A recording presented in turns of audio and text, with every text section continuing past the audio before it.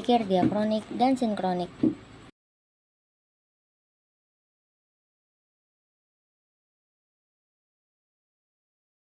Pengertian diakronik. Secara etimologis, diakronik berasal dari bahasa Yunani. Dia artinya melalui atau melampau, dan kronikus yang artinya waktu. Jadi, diakronik adalah memanjang dalam waktu namun terbatas pada ruang.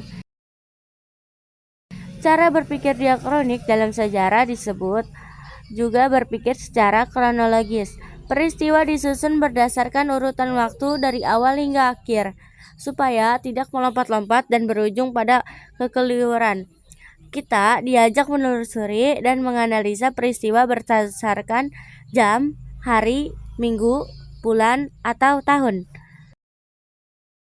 Ciri-ciri berpikir diakronik. 1. Memanjang dalam waktu, menyempit dalam ruang. Artinya, cara berpikir diakronik lebih mengutamakan urutan waktu dengan sedikit memperhatikan keluasan ruang. 2. Fokus pada kronologis. Dalam berpikir diakronik, kronologis dibutuhkan untuk menempatkan kejadian secara urut dan tidak melompat-lompat. 3. Bersifat vertikal. Alur waktu berjalan lurus tanpa ada penjelasan lebih lanjut tentang kejadian tersebut. Contoh pemaparan sejarah berdasarkan cara berpikir diakronik. A. Sejarah penerapan demokrasi di Indonesia. Demokrasi Parlementer 1945 sampai 1959. Demokrasi terpimpin 1959 sampai 1965. Demokrasi Pancasila pada era Orde Baru 1966 sampai 1998. Demokrasi Pancasila pada era Reformasi tahun 1998 hingga sekarang. Urutan Presiden Indonesia sejak kemerdekaan hingga sekarang. Ir Soekarno 1945 sampai 1967. Soeharto 1967 sampai 1998. B.J. Habibie 1998 sampai 1919.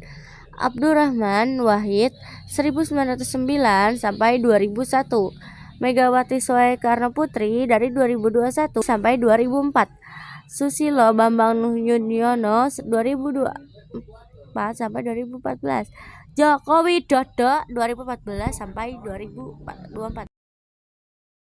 Pengertian sinkronik. Sinkronik juga berasal dari bahasa Yunani kata SYN yang berarti bersamaan dan kronos yang artinya waktu.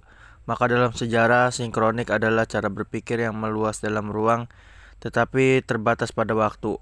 Cara berpikir sinkronik berfokus pada aspek-aspek peristiwa seperti penyebab, dampak, tokoh, tempat, dan lain-lain. Jadi sinkronik berusaha menceritakan kejadian secara lebih mendalam.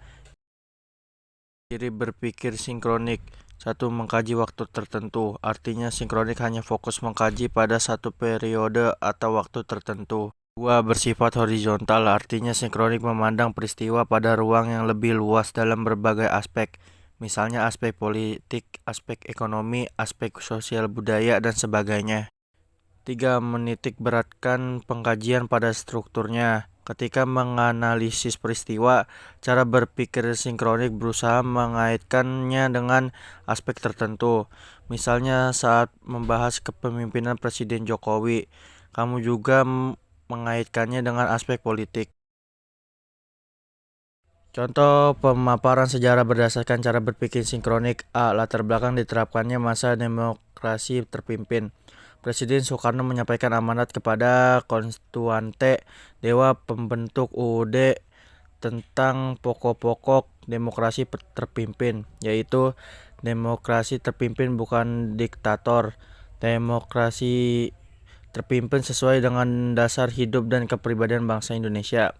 Demokrasi terpimpin berarti demokrasi di seluruh persoalan kenegaraan dan masyarakat termasuk sosial, politik, dan ekonomi. Inti pimpinan di dalam demokrasi terpimpin adalah permusyawaratan yang dipimpin oleh hikmat kebijaksanaan. Di dalam demokrasi terpimpin, oposisi wajib mampu melahirkan pendapat yang sehat dan membangun Jika melihat pokok-pokok di atas, demokrasi terpimpin tentunya terlihat baik dan tidak bertentangan dengan Pancasila dan Undang-Undang Dasar.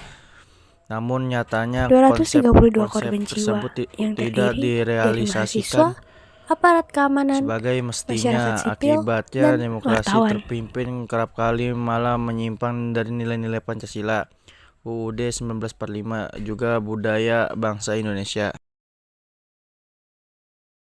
B. Demonstrasi Rancangan Kitab Undang-Undang Hukum Pidana RUKHP. Aliansi mahasiswa dan masyarakat sipil di berbagai daerah menolak RUKHP dengan melakukan aksi besar-besaran. Di Jakarta, mahasiswa yang berasal dari berbagai perguruan tinggi menggelar demonstrasi di depan gedung MPR DPR RI. Mereka juga menyampaikan mosi tidak percaya dan RUKHP yang dinilai bermasalah. Salah satunya pasal korupsi yang hukumannya lebih rendah. Karena tidak mendapat respon, demonstrasi kembali berlanjut dan mahasiswa mengajukan 7 tuntutan, yaitu: pertama, menolak RKUHP, RUU Pertambangan, Minerba, RUU Pertanahan, RUU Permasyarakatan, dan RUU Ketenagakerjaan. Mendesak pembatalan UU KPK dan UU Sumber Daya Air, mendesak disahkannya RUU Penghapusan Kekerasan Seksual, dan RUU Perlindungan Pekerja Rumah Tangga. Kedua, batalkan pimpinan KPK bermasalah pilihan DPR. Ketiga, tolak TNI dan Polri menempati jabatan sipil. Keempat, hentikan militerisme di Papua dan daerah lain, bebaskan tahanan politik Papua segera. Kelima, hentikan kriminalisasi aktivis. Keenam, hentikan pembakaran hutan di Kalimantan dan Sumatera yang dilakukan oleh korporasi dan pidanakan korporasi pembakar hutan serta cabut izinnya. Ketujuh, tuntaskan pelanggaran HAM dan adili penjahat HAM, termasuk yang duduk di lingkaran kekuasaan. Pulihkan hak-hak korban segera. Sayangnya, unjuk rasa lanjutan ini berujung ricuh dan menimbulkan 232 korban jiwa yang terdiri dari mahasiswa, aparat keamanan, masyarakat sipil, dan wartawan.